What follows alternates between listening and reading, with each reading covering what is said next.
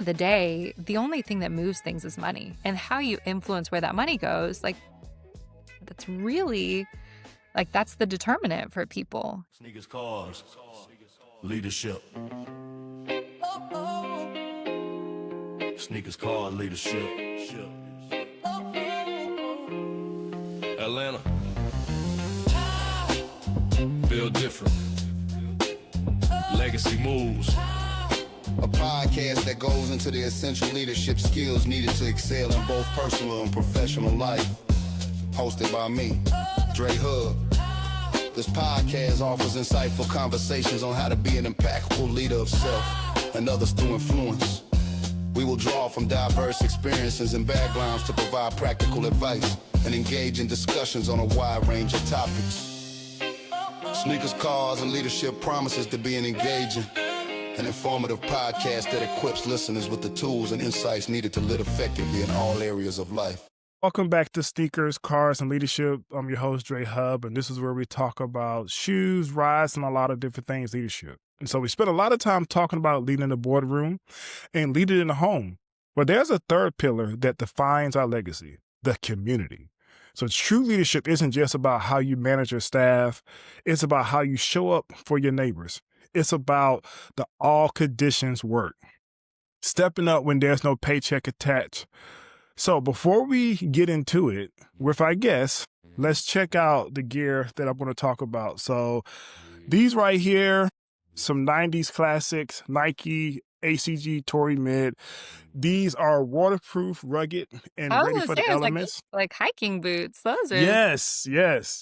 And so in the community, again, we're not afraid to get our boots dirty. So that's kind of why I pulled these out. So stay durable, stay the course when things get tough. And so then when we talk about, I want to talk about as far as the ride, it's current vehicle I have. So it's a 2022 Rivian R1T, had it wrapped in satin black, zero emission, all electric, 100% utility. It's the best truck ever that I've had. I would say second best because I had an F-150, which I really love.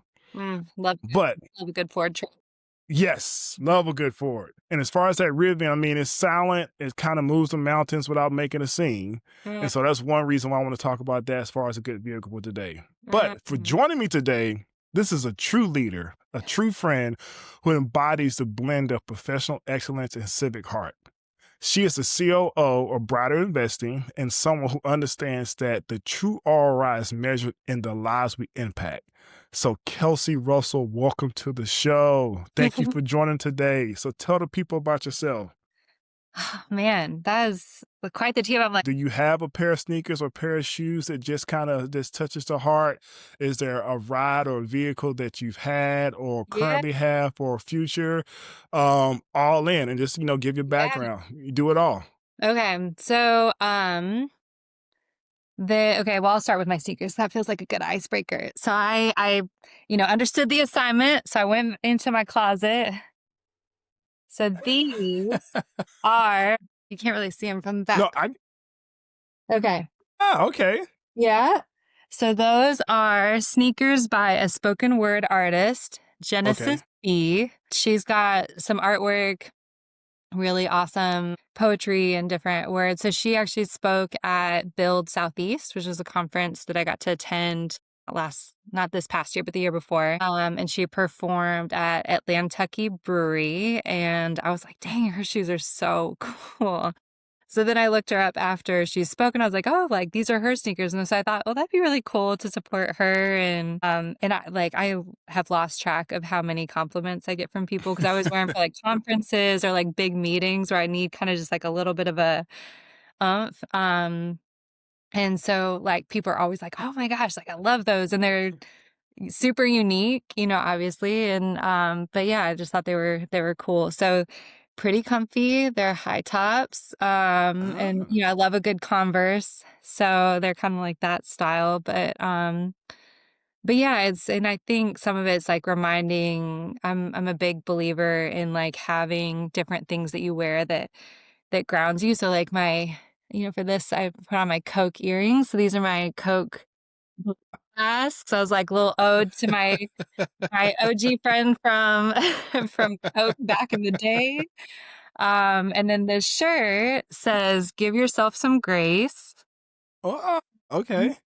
That was made by a woman, entrepreneur from the nonprofit that I'm on the board of, and she has a whole wellness line, and she was wearing that shirt, and I was like, "Oh gosh, I love that shirt." and and it's flipped, so like if people see you out on the street, they're like, "What does your shirt say?" But if you look in the mirror, because it's meant to be for you, right? So you Ah, can see it on the screen because the screen's gonna flip me around. But it's huh. for for you, and it actually inspired a tattoo that I have on my shoulder that's Je t'aime ma chérie from my mom, because my mom would always tell me that when she'd say goodnight, and, I have it flipped so that, like, I can read it in the mirror, but if someone sees it, they're like, "What is that on your shoulder?" So anyway, I just I find more and more that I love these little ways of these like amplification moments or finding these through lines that mean a little bit more. And it takes like a second longer to think through the ripple effect or like the nuance maybe is a better way to frame it. And I think they're like little mini Tetris mind puzzles. So it's like as I get dressed in the morning, it's like, okay, what do I have going on today? Okay, well, what's a shirt that has some kind of story? Because I think it infuses a lot in the back of your mind. So anyway, I'm a big fan of like having things that have these little subtle odes or reminders. So I think like if I'm describing myself or introducing you to me, that's kind of um, yeah, like the things I like to do. So I think that has led to the work that I do now and how we think about things with Brighter. But anyway, so I went on a tangent with sneakers. So cars, I am currently joining the movement. I took a step and go all the way to electric. I wasn't ready to take that full leap of faith on lifestyle change. But we have a hybrid. So I did the Hyundai Santa Fe. I do agree that when you back it out, the Starship kind of sound that it has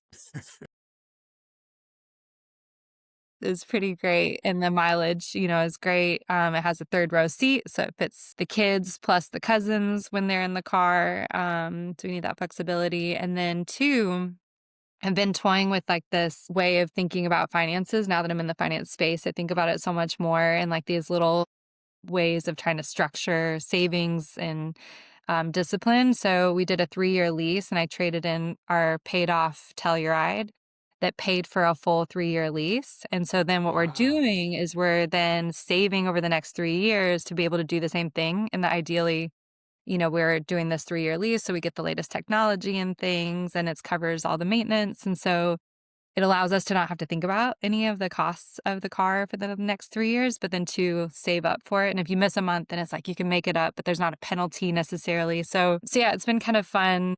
I just think about finances so much more now that I'm in this space. And so there's like, okay, well, how could we structure that? Some, chat GPTing like, okay, well, if we paid it all up front and then put that money, if we were saving a bonus and put it in a money market account that's making 4%, then like, how do you project that out to be able to, what's the amount of money we need to have enough and to do the down payment and or whatever the full 3-year term. So anyway, it's just kind of fun. Like I said, all these little Tetris puzzles. But fun fact, my very first car that I got my license in was a F-350 dually. So going back to your Fords, my mom made me drive myself to my horse lesson with the truck and trailer the day I got my license. So yeah, I grew up as a Ford family too. So, no, Nice. I don't know if you knew any of those little bits, but I did not know about that you rode horses, and I did not know about the dually. yeah. Wow, okay. Yeah, horses actually that got me through college. So that paid for half of Ah, school. Yeah. do you still ride? No. So Okay. I rode on the Baylor equestrian team and it's different when it's a job versus a hobby. And then two, you graduate and you realize, holy cow, this is an expensive sport. So I commend my parents for the amount of money that they, sunk into it. And it gave me opportunities. I mean, there's so many life lessons that came from it and discipline. The horses ate before I ate was always the rule. And so like a lot of really good things that I wouldn't replace so that you probably couldn't put a monetary value on. But yeah, when I graduated, I was like, oh man, like the cost of having a horse, is more than your mortgage. And at the time, as a starving, new entrance in the workforce. So my sister rides professionally, so I go and get my fix, as my husband likes to Ah, say. Like, you can go get your fix. You need to go visit your sister. Go, you want to ride? You should go visit Lex. So I get my fix when I go visit her in Kentucky, and then the kids get exposure too, much to his chagrin. Because they're like, "Oh, I want a horse." And he's like, "No." He's like, "You can get this for your family." So, yeah. wow. Yeah. Yeah, I have some friends who have invested and they have kids who ride horses, and they tell me just the cost of what it is. And just, I guess, even as your kid get older, Mhm. you have to invest in a larger horse or more expensive horses. And I have one friend who actually is celebrating because their daughter decided not to ride anymore. And Yeah. yeah, which, it's one of those things like, oh, but whew, Yeah. thank you I for mean, that but that any bill. sport these days, like, I feel like it's crazy. I Yeah, mean, we keep talking about, like, and I think a thing that I'm just really passionate about is access, just in general, access to investments, access to opportunities, and so, like, even the charter school that my son goes to, like, I was kind of pissed because they had this requirement that you had to go to a certain shop to get the embroidery done. And to me, I'm like, okay, but what about the people that want to, shop around? And so yeah, I'm really passionate about like what the ripple effect, as you might have already uncovered, is like I can't make a decision without going, okay, but what does that look like for someone who has to think twice about that decision? I mean, baseball in Sandy Springs is like $400 or something for the one part of the season for spring season. And I was like, gosh, that's crazy. Cause how many kids can't? I mean, a lot of yeah, kids can't do that. That's not even counting like gear and stuff. So yeah, I mean, horses are expensive for sure, yeah, but I feel like there's a lot of sports that are outrageous anymore, So, it's an interesting time that we're yeah, in a yeah. lot of ways. Yeah, I can do a whole podcast just about youth sports and just the unregulation that there's no regulations to it. And it's just massive expensive. Like, I got two boys who are in travel soccer, Oh yeah. and You're like right in it. it's just like, my God. And I've told myself there's a cap on how much I'm going to spend, because I've hear of when you go to another level of travel where you're traveling every week, Right. when you do the math, it's like, oh well, I'm trying to do this so my kid gets a scholarship into college.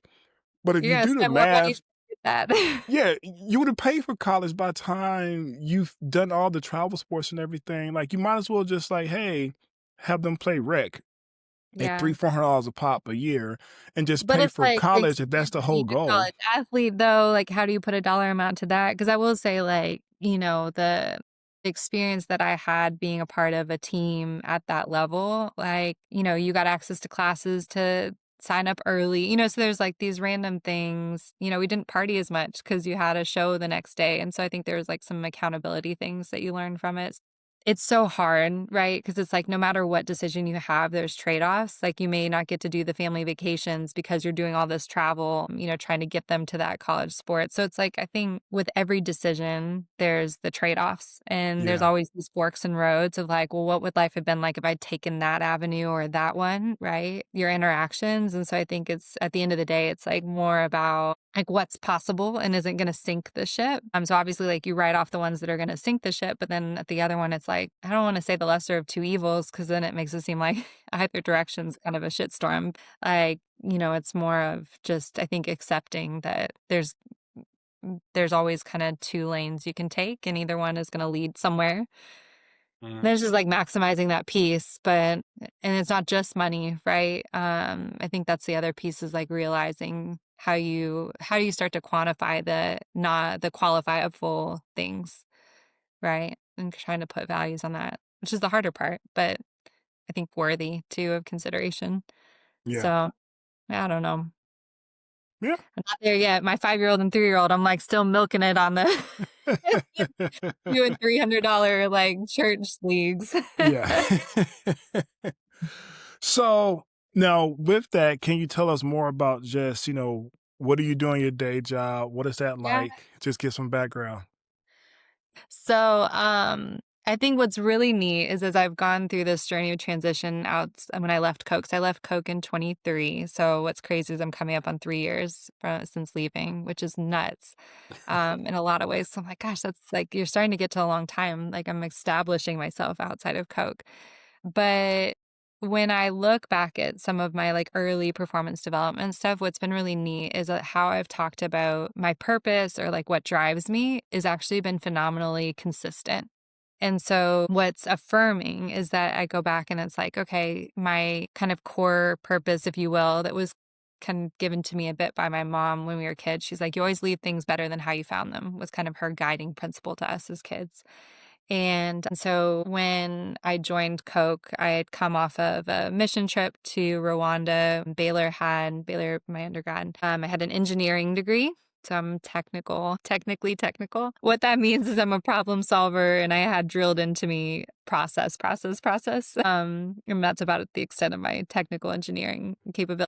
But I digress. So we got to take a water purification system, install it in Rwanda at an orphanage in the northern part. Musanze, Ruangeri is the town that we were in. It was life-changing for me. I think like one, to see Coke everywhere, and I knew I was going to Coke, and just thinking about like how that brand could make it to these tiny rural villages, and that could be like literally life-sustaining. To sell a Coke would give them like a week's worth of money to pay for food and stuff. So it was just like kind of wild to think through the supply chain, and like how life-changing it could be. But then two, being able to see that your work could have such a tangible impact on people's lives. So I think that kind of started this feeling in me of wanting to pursue that and have my work mean more than just showing up and having it be 9 to 5. So for better or worse, my brain never turns off of work.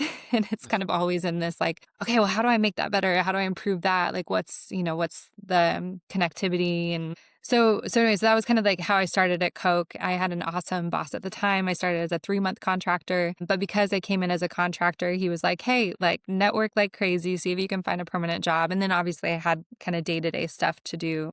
I was in corporate engineering. And so he said too, since you had that great experience, like here's a bunch of people that are in CSR. And so I met a ton of people in Coke CSR. This was 2010 at the time. So this was back when that wasn't the sexy thing to talk about. And so like, it's kind of wild to think how much it's changed in 15 years, but consumers weren't really asking or holding corporations accountable yet. So we were doing a lot of CSR work, but we weren't actively talking about it. And I was like, why? Like, this is amazing. Consumers would probably love us that much more. You know, they love the brand, but can you imagine like how passionate and excited they would feel if they were to know all the stuff that we were doing? Now that changed over the next kind of 5 years or so. It started becoming more mainstream. I early on got exposure to like our water purification things. We had the Eco Center was like these containers that we were bringing to parts of really rural Africa that had solar panels, and it gave charging stations that powered a cooler that held pharmaceuticals, like just really cool stuff that Coke was involved in. And that was kind of my exposure to this part that like, hey, you might have a job in supply chain, but like your job in supply chain could be helping getting a container out to rural Africa where, you know, Coke sales could help someone, you know, raise their family. And so it's just kind of like that ripple effect of how much more our work could be doing. So in a lot of like my personal development stuff, I would write about that, about like that being my driver and motivator. And early on in my career, people were like, well, you seem really passionate about that. Like, why don't you go into CSR? And I remember at the time saying, and I think I had gone from engineering at that point to supply chain, and I had the choice to go into actually on that Eco Center team, and it didn't end up working out. And I ended up joining the Dunkin' account as a salesperson. And people said, well, within your progression, like, why don't you go into that space directly? And I'd realized that I was actually really pretty good at the business side. And there weren't that many people of us on the business side who were really passionate about or saw the opportunity to infuse or pull through the CSR principles. And I was like, I feel like that we need more of us out here in the business pulling the thread through versus more people on the CSR side. Because it's like, it's easy to be passionate and like push it out, but you also need people on the outside kind of pulling it in. So I kind of made the decision then that I was going to stay outside in the business and try and be a disruptor in infusing some of those principles more on the business side. but that was still my primary driver. So while I was on the Dunkin' account, I had this opportunity to they had like leadership showcase or like talent showcases or something. And I was in the middle of getting my MBA up in Chicago. And so I got to present to them and I read through the script, and this was 2017, maybe it's 2018. And Drae, it was so crazy because I read through this and I was like, holy cow. And this is in 2023. I reread it. I'm like, it's 5 years later. I'd had 2 other jobs since then. And I was like, the script is exactly the same. Like the reason why I left Coke, like I was like, I can lift and like lift this script of like what motivates me, like what my hopes were, like how I wanted to challenge the business. I was like, it was all the same. And like I ended up using that and infusing it throughout every one of those next 2 roles. And then the reason why I left Coke was also because like I had reached this kind of fulfillment of, I felt like I had maximized all the learning that I had because I was grasping constantly for how do I add more tools to my toolbox to become the most effective leader that I could be. And then when I get to a point where I feel like I've kind of maximized those opportunities, then it's kind of next for the time for the next chapter. And that was where I found myself when I got to new revenue streams, was looking at like what was next. And so it was just more of that, like, yeah, like you just kind of knew at that point that I was ready for the next chapter, so to speak. So anyway, that was like the through line for Coke. I'm trying to think if there's anything about that that you didn't already know Uh, or resonate. no, I knew some. Some I didn't know. I think the CSR piece I didn't know because we met during the Duncan days. Yeah, yeah, yeah. Yeah, and I tried to pull like a couple of those projects through with Duncan, and that was, I think the other part is like in the bureaucracy that's hard in a big company. Yeah, Obviously like during COVID, and like there were so many changes in the company during COVID, and you're just yeah, limited with the realities of like what you can influence. And I think that was also a driver for me, is like I wanted more autonomy and the yeah. ability to kind of stand in my own voice and push boundaries more than I could. So I get to do that now. I get so I guess the next part is, so I left Coke. I was like, okay, I had severance because we had done this massive reorg, and so I had the blessing of time. And so I was like, okay, I'm going to be really purposeful. I will not entertain any jobs other than to write them down, like what I liked about different jobs. But it was like for the first 6 months, I just wanted to talk to as many people as I could, and see like where I wanted to land within the social impact space. Cause it's like I wanted to be impact firmly rooted in like what I was doing. So I talked to like 250 people. My Google spreadsheet, Wow. I kept track of everybody, but I learned so much. Like I remember the first time I looked at my LinkedIn, 98% of those connections were Coke people. And I was like, well, man, I had no idea how insular I was, and like how much of a silo I had. And so I was like cold messaging people like, hey, your experience just looks really fascinating. Like, I'd love to hear more of your story.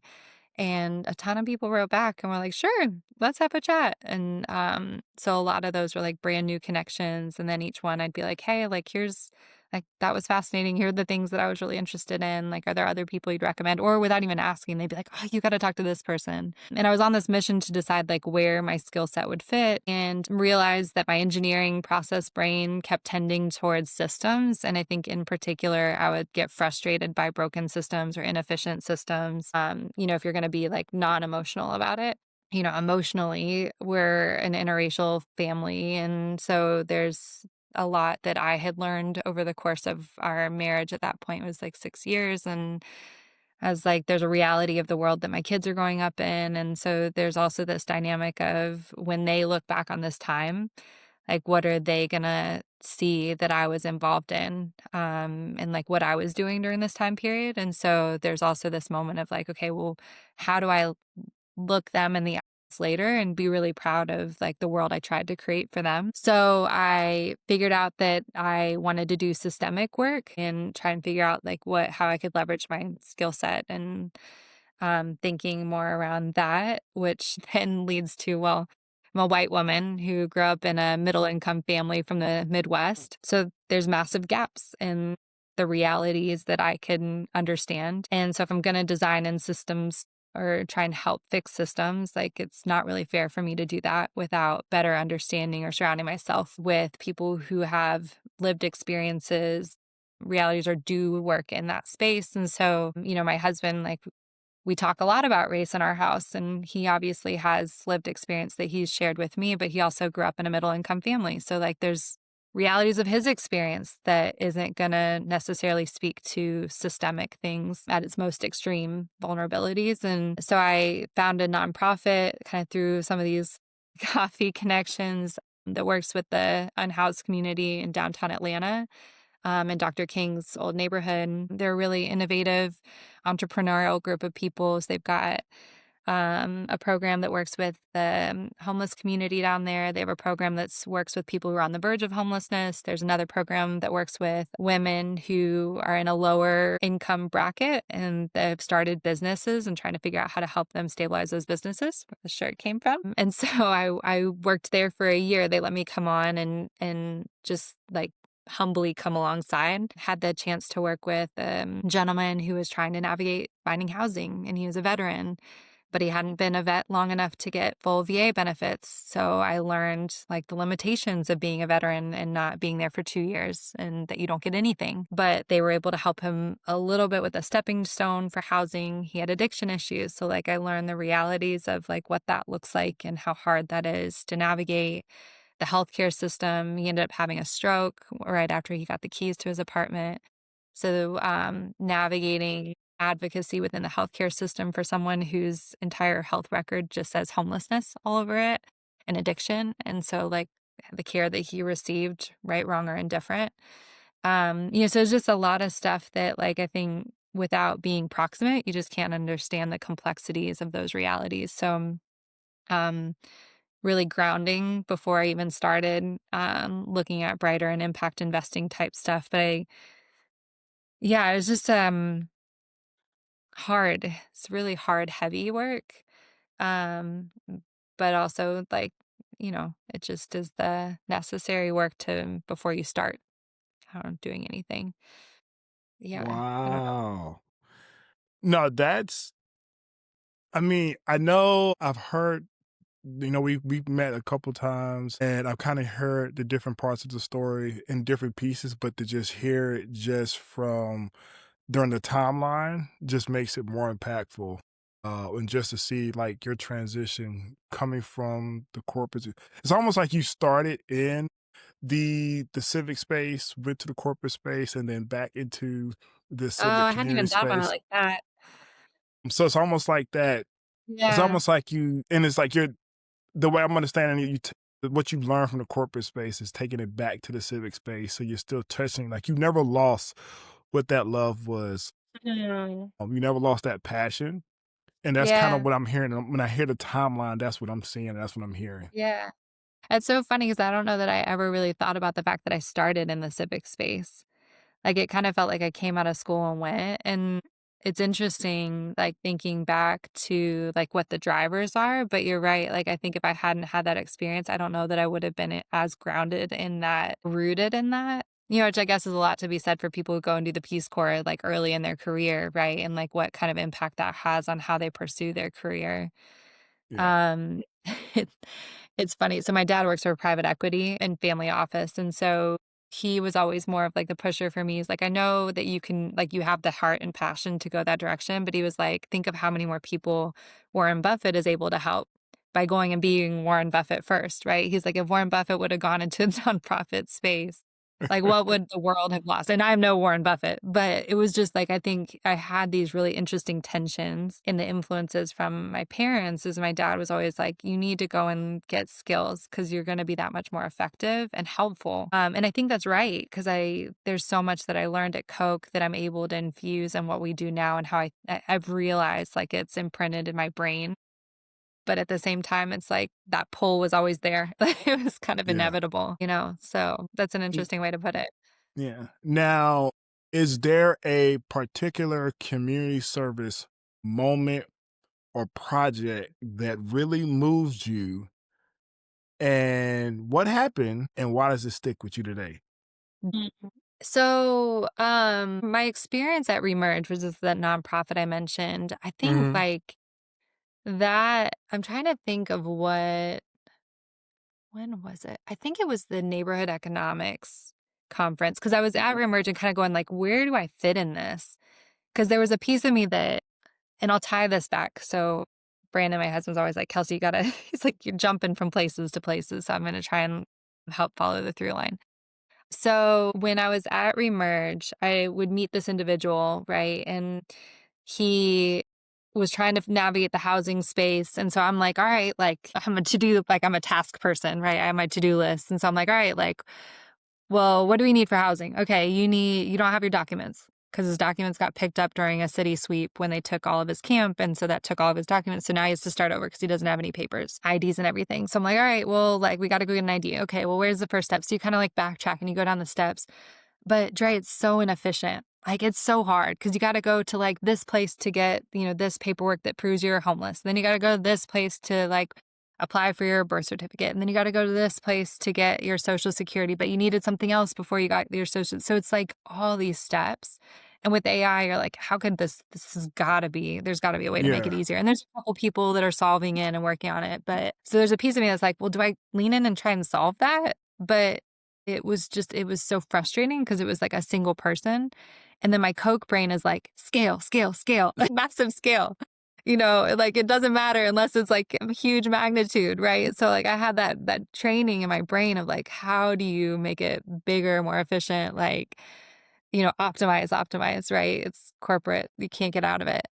And so I was like frustrated by, well, where do I fit in this? And I remembered when I was in Duncan that we would have strategy things. And I remember identifying something that I was like, oh gosh, like this would be so helpful or applicable to these other customer sets. Like it's us, but if I solve it for this, it helps across. But I didn't have the autonomy or the breadth of responsibility that covered those other things. And therefore it wasn't in my vein. And so it was frustrating because I was limited to just the scope of Duncan. And I loved my on-premise role because I now had this massive scope where I could flex across all these different channels, right? And so I learned that for me, one, my brain needs strategy. Like I can do tactical because engineering and I'm slightly OCD, self-diagnosed. But so like tactical I like, but my brain is strategic. And so like I want something that's like strategic to be able to think. And so I felt like if I was day in, day out, just helping someone go and get their documents, like my brain was constantly frustrated by what's people call upstream. So there's a book that was called Upstream that's like, oh my gosh, like somebody wrote this whole book and it's my brain. Like this is awesome.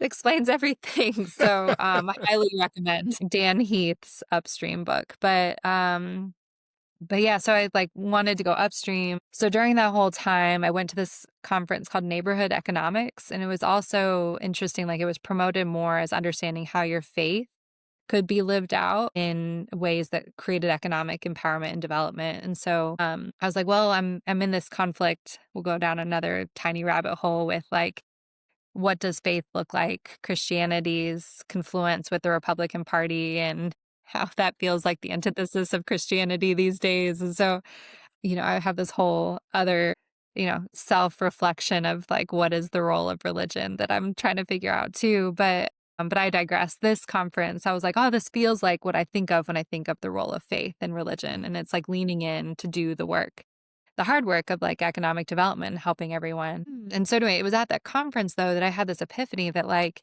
at the end of the day, the only thing that moves things is money. And how you influence where that money goes, like that's really like that's the determinant for people, And so I was like, okay, that's the one role I didn't do at Coke. I did engineering, supply chain, sales, strategy, marketing, and the last new revenue streams. I was like, I never did finance. Wish I would have paid attention more in my MBA on the finance classes. But I was like, I got to figure out how to do it because at the end of the day, like that's the money is what moves.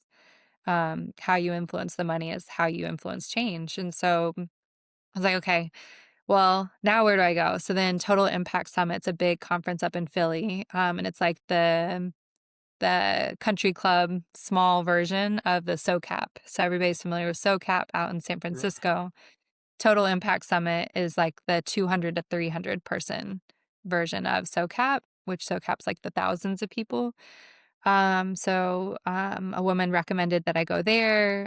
Lindsay Smalling was her name, and she was a part of the original SoCap crew. And so when I was asking her, I was like, oh, I love neighborhood economics. She's like, you would love Total Impact Summit. And I did. Like, oh, gosh, my brain was on fire. Like, I left that. I was like, these are my people. Like, it's all these people that are just like, how do I, figure out new ways to do things. It was like that startup mentality that I loved about new revenue streams that also kind of bit me a little bit of the startup bug where it's like, this whole, there is no sacred cow. Like there's plenty of new ways to do things. Like how do we make financial structures and vehicles that have been used legacy to, keep money in the hands of a few and actually give more access to, like, it's just everyone asking different questions. And so I was like, oh, this is awesome. Like, how do I bring and find this back here in Atlanta?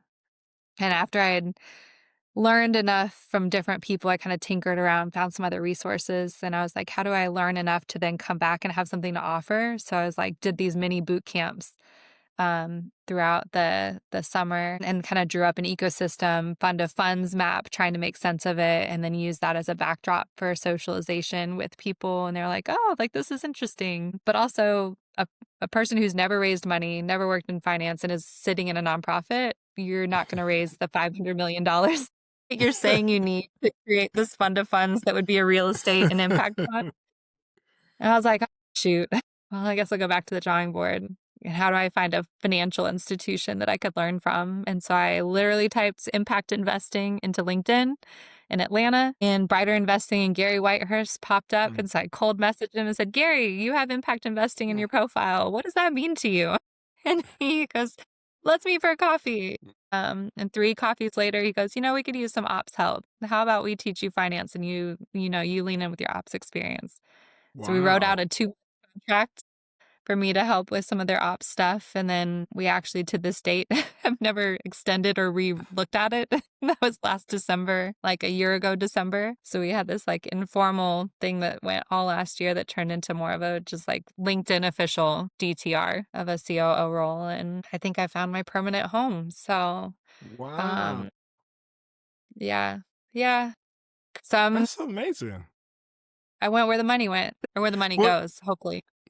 Well, no, that's amazing. And I mean, you go back to what you said, money is a huge part of whatever you're trying to do, nonprofit, profit, to move the needle. It takes money to move things. So getting close to the dollars and understanding that, that is good. And I like that you're doing that. And I know you kind of you share stuff with me from time to time, and stuff that I even know about, especially from portfolio standpoint. So that's kind of been eye-opening too as well. So that's one thing I always appreciate about you is that when you learn stuff, you don't keep it in. Like you share like a shotgun For approach. better or Like, worse, hey, y'all are going to hear about it. like, everybody needs to know this.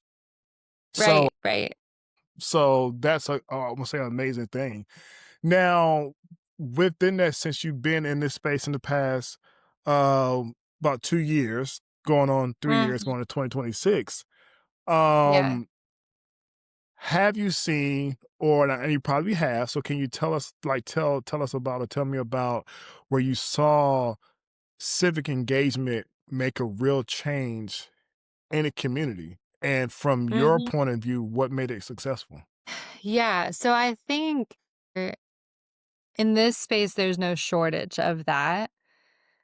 So I'll name a few because I think like it's helpful to understand all the different contexts. And to your point, like this is a space I had no idea even existed. Like I thought that there was philanthropy, which is like you give your money to a nonprofit.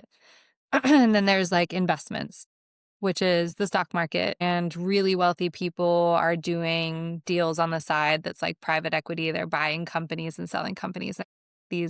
Those were the things. And the reality is like there's this massive array of options and opportunities that span in between those things and crossover. And we're in this super exciting space where like that's starting to become more mainstream, right? So, Trump made the news around how he's creating access to private investments for retirement accounts, right? And so like he's pushing. Now, some of that is because private equity and these different private funds, they're having a hard time getting funds And so like they're looking to bring more capital to the table. So they're like, hey, more people can invest. So let's like loosen the regulations. So there's a lot of like cautionary tales. I'm just pushing some things. I think you should probably have a yellow flag anyway. And kind of go like, what's the impact of this? But I'll stop on my political intonations that I keep dropping in. But that being said, like there's also access to private, like there's a lot of good stuff out there. And I think people get on Kickstarter and there's a few like more accessible platforms where you can do small investments into private singular companies. The hard part is like if they're on one of those platforms, a lot of them can't go and raise big capital. So like the upside on that is not going to be the same as some of these, more institutional opportunities. So I think again, I go back to this whole push on access. And so you have different things like accredited investors, qualified investors. So that's based on like your net worth. And so you're automatically locked out of certain things. But one of my big passion points is like, well, how do we figure out workarounds for some of those access points of like accredited versus qualified? I haven't solved that yet. Like that's more legalities. But there is another exclusion around what the minimum buy-in is for some of these investments. So beyond accredited or qualified, like a minimum investment for some of these opportunities was like $500,000. Well, you have to naturally have a really high net worth to be able to put $500,000 to a singular investment, right? Yeah. So that would be like if you're thinking about it from your stock portfolio, that would be like having a majority of your stock in Apple. Well, it's great if Apple's doing great, but if Apple has a bad quarter and it tanks, like that could sink your portfolio. So this whole idea of having diversification, well, that same concept applies to your private market as well, right? Because you want to have a number of different investments so that if one doesn't quite perform the way you think it is, it's going to be offset by another because it's going to have similar ups and downs like your public market. Now, granted, in theory, you're going to have less of those ups and downs depending on if it's private equity or if it's a credit or a credit or debt structure. So there's like all these different things you can take into account. But I think what's really neat is if you start to think about going back to, you asked like what civic opportunities. When I was at Total Impact Summit, I learned about a few of these different opportunities. They had people coming and presenting that were fundraising for their funds. So there was one person who I met at that conference that was fundraising for a fund called New Majority Capital. And NMC's based up in the Northeast, but they've got pockets where they've done cohorts kind of all over the country. And they provide the down payment assistance for minorities who want to purchase an existing business. So they call it entrepreneurship through acquisition. Okay? And they provide that down payment assistance because they're like, well, there's a lot of people who would love to buy a business, but they're like, I might be able to get a small business loan, but I don't have the 20%, 10% down payment to be able to buy this business. And I can't go ask friends and family because like they don't have that money, right? And so what New Majority does is they come in and they provide that friends and family down payment and they structure it as an RBF, revenue-based finance. So it's not an equity stake where you're giving up equity necessarily. It functions kind of as a similar debt structure, but it's also dependent only on revenue. So if you have revenue, then you pay it back. If you don't have revenue, then it pauses, right? So the whole idea is that it doesn't get you underwater. Depending on how it's leveraged, you'll find a lot of different research on how RBF can be a really negative thing and actually really constrain businesses. But the way the team works, they're really collaborative. So I, have really high degree of faith in how they leverage that. But innovative structure, right? And like creates access. They have these cohorts where you can go alongside other people who are looking to buy businesses. So they've got this amazing Slack channel where people are like, hey, I'm looking for legal for such and such business, or I'm looking to purchase this lawn care business. Has anyone else done that? So there's like this crowdsourcing that they facilitate and just go above and beyond. They're committed to helping make sure that your business is successful because their fund is reliant on your ability to pay that back. So like they've got legal and all these other entities and resources that lean in to help support those journeys for the people who are looking to go down that path. So it also, is a surer success story. But I mean, like, that's life-changing for someone who could buy a business, right? Like that creates that generational wealth. There's a few funds more than a few around affordable housing, access for first-time home buyers. There's one that's called Partners in Equity up in Durham, North Carolina, that is helping minorities purchase commercial real estate. And so similar functionality of like helping them get access to capital. And so like from Brighter's standpoint, we're looking at it from an investment side, investment standpoint.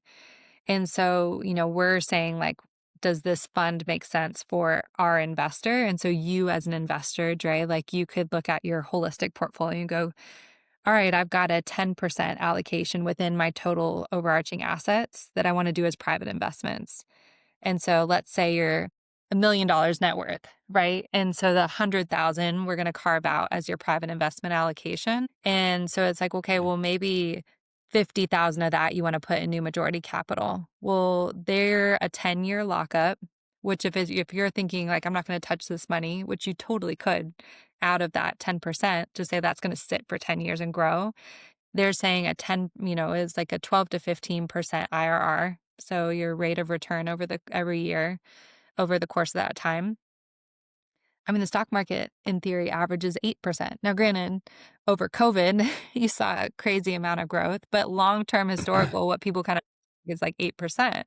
So if you're looking at a 12 to 15% over the course of 10 years, like that's not a bad allocation within your portfolio. So there's also ways that it like makes sense if you kind of think about it as comparison points. As you get older, there's like more patient capital where you could do affordable housing that's more at like 6%. Well, that's more than a fixed income rate of return at like 4% with your um, treasuries and bonds, right? So I think also as you kind of relative comparison and like the roles of things that it plays and start to think about some of like these highly impactful and return forward opportunities, like you don't have to give up the impact that you could have in, with what you want to achieve. So if I go back again to your whole comment around like the civic part, like every single thing that we bring forward in Brighter has both the impact and the return conversation. So it's like, okay, first, what matters to you? Okay, well, for me, it was like racial justice. We kind of talked about earlier, social justice. And so a lot of the private things that we looked at for our family were around affordable housing, around access to ownership for minorities. And then within our public markets, like we are able to pull out companies that aren't supporting that. But in the private side, then you're able to also be more proactive about like what you're layering in. And then be more active in like donor advised funds. So we're looking at our tax bill and we're like, oh shoot, we got to offset, this amount of money. So literally in 24 hours, I had opened up a donor advised fund through Charles Schwab. Wasn't ideal because like I would love to go and look at a few other and kind of compare across different donor advised fund because there's a few different opportunities. But I opened that account in less than, I think it took me not even an hour to open that account and then transfer the stocks from our brokerage account directly in that. So that automatically offset $5,000. Now I then have the ability to transfer that to a nonprofit. It didn't hit my cash flow. So I think we're used to giving $200 to this nonprofit down the street or, like these different things. But when you give stock to a certain extent, it also forces them to put that in a reserve, which creates longer term viability for those nonprofits, depending on how they act. But a lot of them kind of default to that because it's easier. And from you, it's not hitting your direct cash flow either because it's coming from your stocks. And so there's kind of these ripple effects of stocks that have had a higher capital gains. You can go and look at the lot and carve that out, and pull that over. And so then you're offsetting those capital gains, through, which then has the higher impact on your taxes. So it's just like, there's so many levers, and so many angles. So like my earrings and my shirt and my sneakers, like I get to do that as a job. Like I get to do that and comb through and like think about how they all piece together. And then like have this reality of I know what everything that has a dollar sign in my life is doing, and then it's like, okay, where do I turn that dial up even more? You know? So I don't know, I'll pause because I get so jazzed about it. What ones Well, do you want to hear more? well, for someone to say that they don't have a finance background, don't know much about finance, Sounds I like you feel know like what I'm talking about. yes, I feel like I'm talking to like Mrs. Buffett, the way you're talking about everything with the finances and moving things and donor bonds funds. I did, dude. I'm a quick I did mine through Fidelity, so that was did the donor advisor started, Yeah. paying and giving money through that fund versus just paying it directly out of the Yep. cash flow. So yeah. Yeah, yeah. Yeah, and it's so easy, and then, like, there's a few now that are out there that you could do is one of those, like, we have Schwab, and I waited till the last minute, but the majority of those you can transfer, so it's like as you get into different, places like New Majority, they'll accept donor advised funds. So, like, Mm, you could also grab that as a write-off if you're like, I really wanna support them, and you have say you sell a house and you're like, "I need to offset this huge capital gains cost, a massive bonus year," or whatever, right? Like, you could set a massive amount of money off to the side and support some of those organizations because a few of them are on DAF platforms. With those, though, like, they're on more specific DAF platforms, like, you may not be able to find them on a Fidelity or on a Schwab. I don't think I've checked. okay. But yeah, so there's like nuances to it just because we're in this nascent space. I think if in 5 years gonna look very different because I think that it's quickly changing and, in the same way that consumers expect Coke to report on their CSR stuff, like as consumers, like we also are looking to have like our investments, as we learn what's possible and there's just so much more possible than now than we realize. And so I think as that becomes more mainstream, like a lot of this will become increasingly more accessible. But it's fun to be a part of I get to create that, and in the South I think we're not as progressive as like Philly and Denver, Colorado, and San Francisco. So there's like these pockets around the country that are really progressive in how they think about impact investing and expansive. So I think the fun part and the challenge for me is like, how do I move $1 billion in the next 4 years? Like that's kind of the target.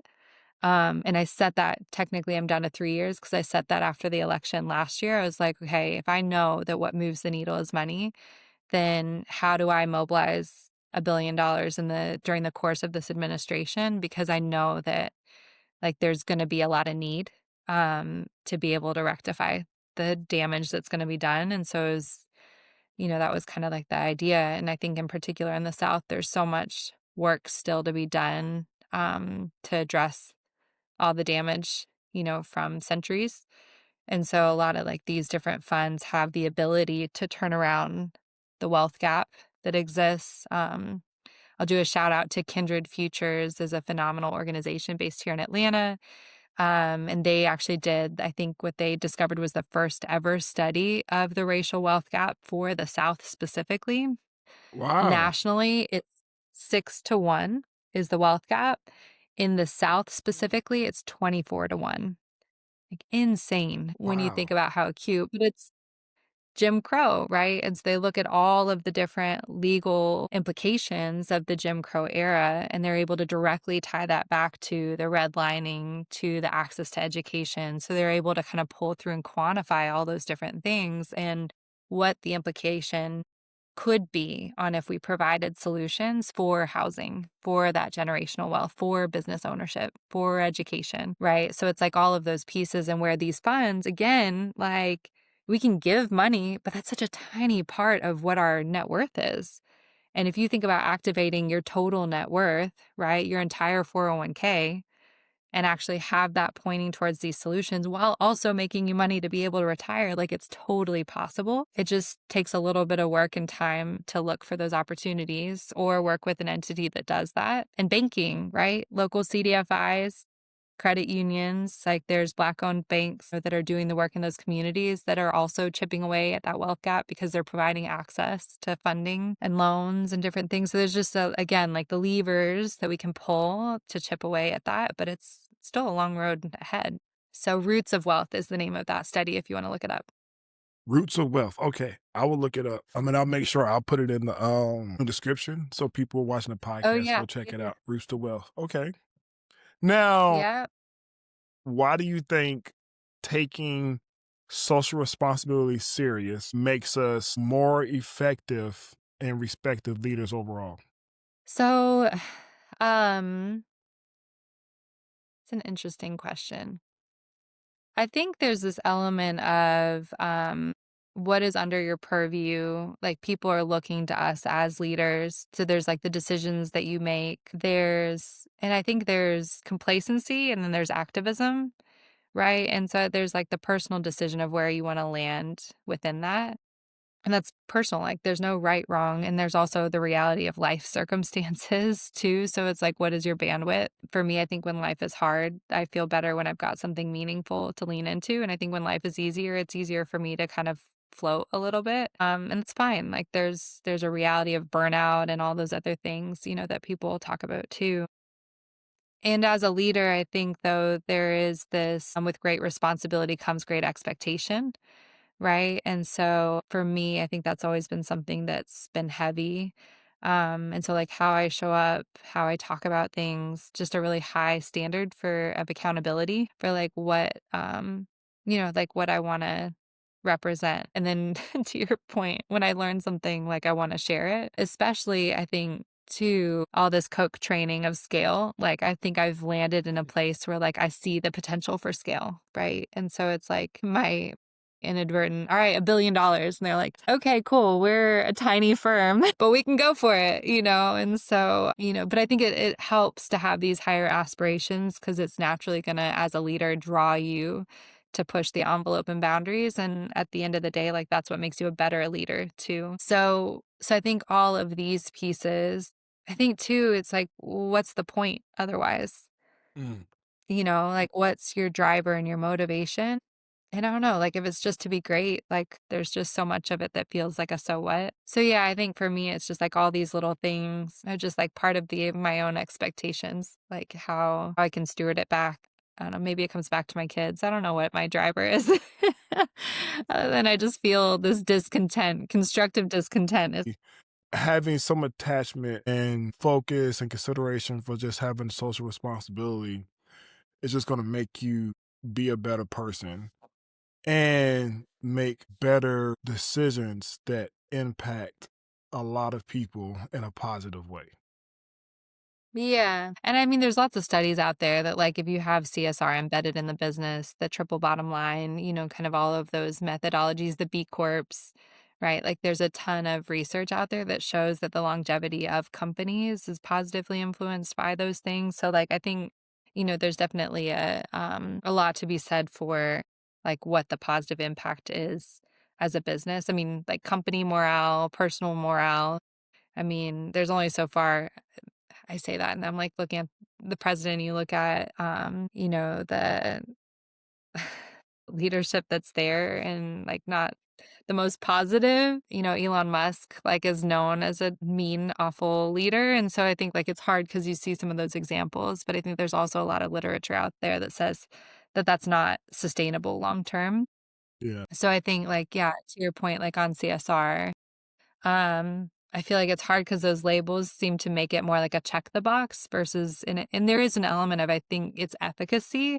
If it's approached as a check the box, people can sense that lack of disingenuineness to it, right? And so I think there's an element too of like, you've got to truly believe. I think that's that Mm. internal searching of like, what is your driver? Right? And you and I have had that conversation like, well, what is your motivation? Like, what is your driver? Because I think if you don't have a really good grasp on that, like people can sense that. Yeah. And so, but at the end of the day, I think as a human nature is like we're searching for identity. Like that's why we like find people who resonate with us. And I do think there's grounding that comes from your own personal understanding of your identity. And to me, like CSR is a corporate label for leaning into like what are those identities and then owning the reality and impact of those identities. Yeah. But I don't know if that makes Now, sense. no, it does. It does. I mean, it makes a lot of sense. And you think about the C in CSR is corporate. So, um, Yeah. now, as we come to a close and wrap up, I do want to ask. So, for someone who's listening and want to make a positive impact, as you've mentioned, but they feel overwhelmed or they might feel that they're too small. From your point of view and from your advice and guidance, what's one realistic step that they probably could take this week to make a positive Yeah. impact? So what is fascinating is everyone's like, oh, wow, like Brighter sounds awesome. Like, I'm sure that I don't qualify to work with Brighter. And what is so awesome is that like we have a client who came in who's $68,000. Like that's what she had to invest. And she was really passionate about like wanting it to be doing something good. And it's like at the end of the day, there's actually solutions for everyone from like on the full spectrum. So I think some of it is realizing that you don't have to have a certain amount of money in order to do impact investing or to be thoughtful Mm. in how you're influencing your money. So like there's simple things that you can find. The one step that I'll say you can do, so there's an organization called Invest for Better. It primarily targets women, so you'll see a ton of how women invest and like they have circles. The circles are only for women at this point in time. But for my plug for those women out there, we don't talk about money at all. Like now I push it with my friends. I'm like, yeah, so I'm doing this investment. Y'all want to hear about this, solar development investment that we're doing? Here's the returns. Like I want to normalize us talking about money because I think men are a lot better about how much did you spend on that? Like, oh, I found this opportunity. Like, I invest in this stock. And so there's I think, a big push for women. But they have tons of webinars that like men who are passionate about it. How You Sow, SOW, is another, that is another organization that's a nonprofit. They actually do a lot of like corporate watchdogging where they'll do shareholder advocacy. They just launched a whole racial justice strategy. So you can actually go in and they have a link where you can go and type in your indexes. So you can look at your current investments, type in the index, and it'll tell you on grades A, B, C, D, E, F. E, not E. There's no E. A, B, C, D, F, how your index rates across like fossil fuels or prison systems, weapons. So, like, whatever it is that you're passionate about, it'll tell you. And then they've got a list of different tickers. So you could literally build your own portfolio that is a sustainable portfolio from that. So like if you want to DIY what Brighter does, it might be a lot of work and we're happy to do it for you. But like if you want to go and do that, like you could totally go and research what you're invested in. And then finally, Carver Federal Bank is up in New York, is a Black-owned bank. If you look them up on Mighty Deposits, so Mighty Deposits is a website that you can actually look up your own bank and see how much money, what % of your money is actually redeployed back into the community. So we were with a different bank. I looked it up and it was like 64% above average. And then it listed ones around social justice. Carver deploys 124% above average amount of money back into the community. Wow. Granted, that's in Harlem and the Bronx in New York, so it's not my community. But I was like, gosh, how awesome to have 84 of my $100 actually being redeployed for small business loans, affordable housing. So I was like, you know what? So we put all of our emergency savings there because we were like, I know what the money's doing. Like, and why not have it amplify things that matter? So now it's a pain to kind of like untangle some of our bills and stuff that were tied. And so that's why we did our emergency savings. So it's all of this will take a little bit of work, but usually the stuff that matters does. But those are all things, all Yeah. little steps you can do and all of it that's going to chip away at the gaps. For me, the racial wealth gap, if your passion is climate, oh my gosh, there's so much out there. So many things you can do related to climate. So yeah, like pick your passion and there's absolutely an avenue to see that impact come to life. So Awesome. helps you sleep better at night. Yes. No, I appreciate it. You shared a lot of nuggets here. I think you're now officially a financial wealth advisor, but with all the knowledge you've gotten over the past. Without the title, I don't have the accreditation yet. You got to give a disclaimer. I'm sure there's some legal disclaimer I was supposed to have said. Don't take this. Yeah, do your own research. Oh, I should have looked that up before I had it so I could have recited it. Now, any final words that you want to leave for the people who've listened to this podcast? No, I just say like if you have a passion for something, like don't hold back. And I could still be at Coke and probably having a blast. Like I still have FOMO when everyone's posting all their like Coke their Coke shirts at their conferences and awesome trips, But like I think the ability to jump out of whatever you're doing and trusting that there's something you're meant to do. I mean, listen, I already said that I'm like a finance person now. Look at how far the world has come. I think some of it's just like having that trust and leap of faith and then like believing that we can. I think as a collective, gosh, there's so much potential as a collective, for us. And like imagine what we could accomplish if we all turn the levers just a little bit. Yeah. So if anyone wants to chat about that, like I am here for it all day, every day. Need more hands, need more people. So yeah, I'll leave with that. No, I appreciate it's been very inspirational just to see the leap of faith that you've taken and invested in yourself, but not only in yourself, but you invested in just a higher calling. And you really have put the time, the and you've taken what you've learned from your CPG and corporate days and trying to transition that over. Because I love when you talk about scale, because even like in the nonprofit organization I'm in, it's so hard not to do, because when you work for a company like Coca-Cola, it's like you look at stuff, it's like we can scale this, we can make this bigger, like we can scale this, Yeah. we can take it larger than life, and then and then you get that wake up call, and it's like got to figure out how to scale The this on a stepping lower. stone. Yeah, the stepping stones to that scaling. But to Yeah. see Yeah. that you're doing it and continue to do it, I'm proud. So yeah. But no, I Yeah. Yeah. appreciate you joining today. Powerful message. Really appreciate everything you shared today with us, Kelsey. I mean, to everyone listening, remember that leadership isn't just about where you're going. It's about who you're helping along the way.